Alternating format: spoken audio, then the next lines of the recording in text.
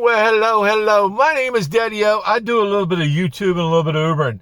Hey, listen, I got two comments here today. I got something I want to ask every driver. If you're an Uber driver and you do reservations, let me know. I don't do reservations. If you're an Uber driver and you do reservation runs, let me know, okay?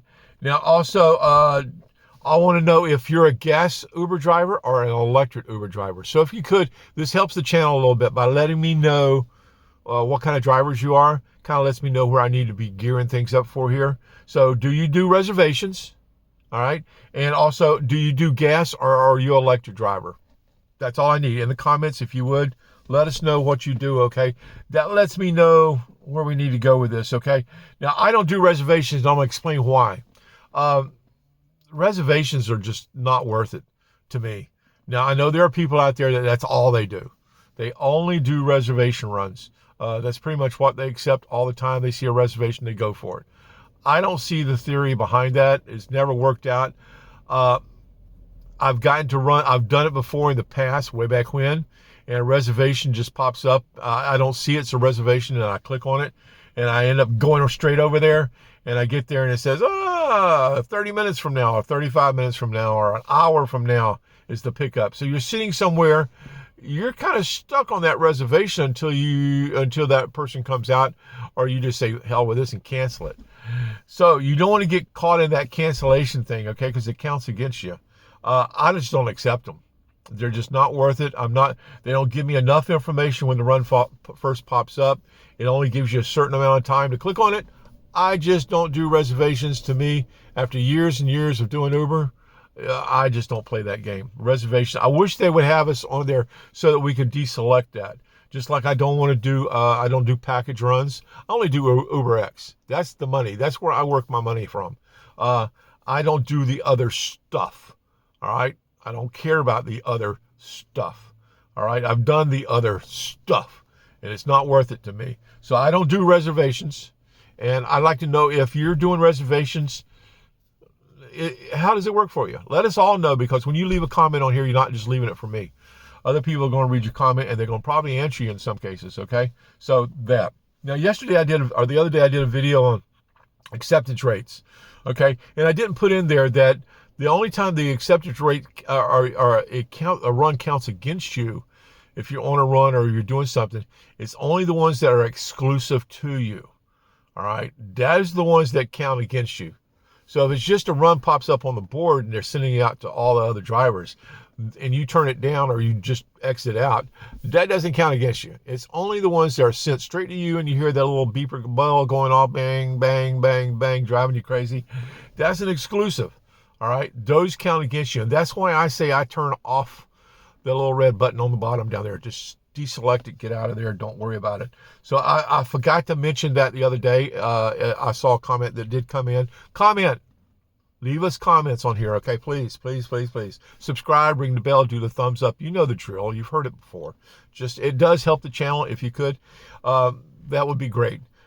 Yeah, so I don't worry about the acceptance rate anyway, but there's plenty of people out here that are just hung up on that acceptance rate. If you're one of those that are worrying about it, it's only the exclusive trips that are counting against you. When you're turning the other stuff down, it does not. Now, I'm also getting comments from people asking me, because I talk about some things, little tricks that I play on here to do, and they're asking me where they can find this information out at, or get this product. All right. I use, and I've talked about it before in here. I always talk about smell. I have tried all kind of these things out. I need to get another one of these, order some more. The little honeyberry hula. All right. I want to tell you, this is Gain. I'm going to tell you where you can get this at also, okay? Because it is hard to find. All right. Walmart is usually where I go and find this. I can't find it right now, okay? So I have set up, I found it online where I could put a link in the bottom of this description of this video. If you're interested in trying this stuff out, this is the best one I have ever used. I have used, I think, about every one of these things that they come out with. But this Gain, Febreze Gain Honeyberry Hula is the killer one. This is the one that gets all the comments, okay? So if you want to try that, in the description, you can find that down there below, okay? Now, also, I get questions about, I talk about from time to time about the music that I play in the vehicle. While you have customers in the vehicle to help out with tips a little bit. I'm hanging my smelly thing up so I always know where it's at. What I do with that, the Febreze, is when I'm fixing to pull up and pick somebody up, I put it up in front of the air conditioner vent for a little ways and just let it blow back through the car again. The little white thing there, I just put it up here, a couple shots of that on the door. It comes up through the floor. People get in the car, they go, whoa, that's a nice smell. You'll get it, okay? If you take care of it, you'll get it back. All right. Now, the other thing I always try to make sure I do while I have people in the car, I've talked about before, and I'm going to tell you where to find this. I always talk about, I play certain kind of music. It kind of relaxes everybody, settles everybody down. It is important. And I learned this doing high-end transportation years ago. All right. So what I do is I use two on YouTube, and you can Bluetooth through your tablet or your phone, however you want to do it, into your Wi-Fi system or your Bluetooth system on your phone, on your car. You can do this right here. I use two basically all the time when I have peeps in the car.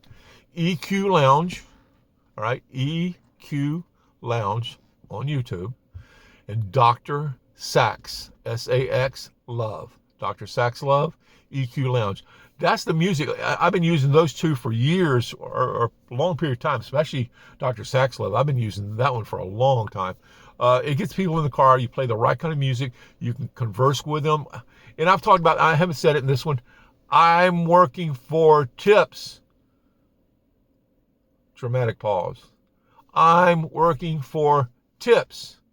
All right. I could care less about the little fare, the little $4 or $5, $6, $7 that Uber's wanting to hand me. I'm working for a $5, $10, $15, $20 tip on the end of it.